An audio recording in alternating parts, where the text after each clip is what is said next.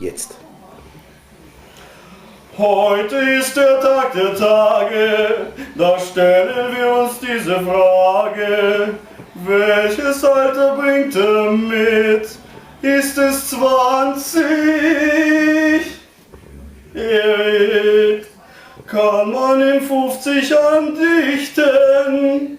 Nein, das würde sein Glauben vernichten. Sollte es vielleicht an 28 sein? Nein, nein, nein, das kann nicht sein. Sagen wir 38 wäre gut, dann behaupten wir mit Mut. Hat er sich gut gehalten und dann zählt er nicht zu den Alten.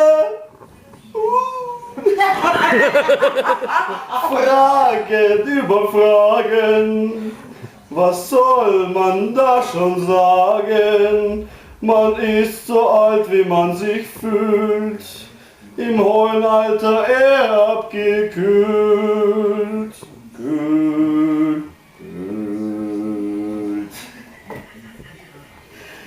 In jungen Jahren ganz hip, drum geben wir dir einen Tipp. Egal was das Alter mag bringen, du kannst es nicht erzwingen.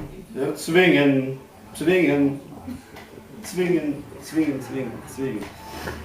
Bleib am besten so wie du bist und mach mit uns keinen Mist. Wir wünschen dir das Allerbeste.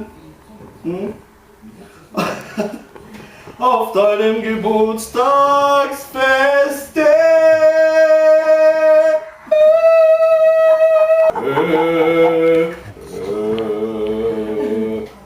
Heiko, alles Gute zum Geburtstag.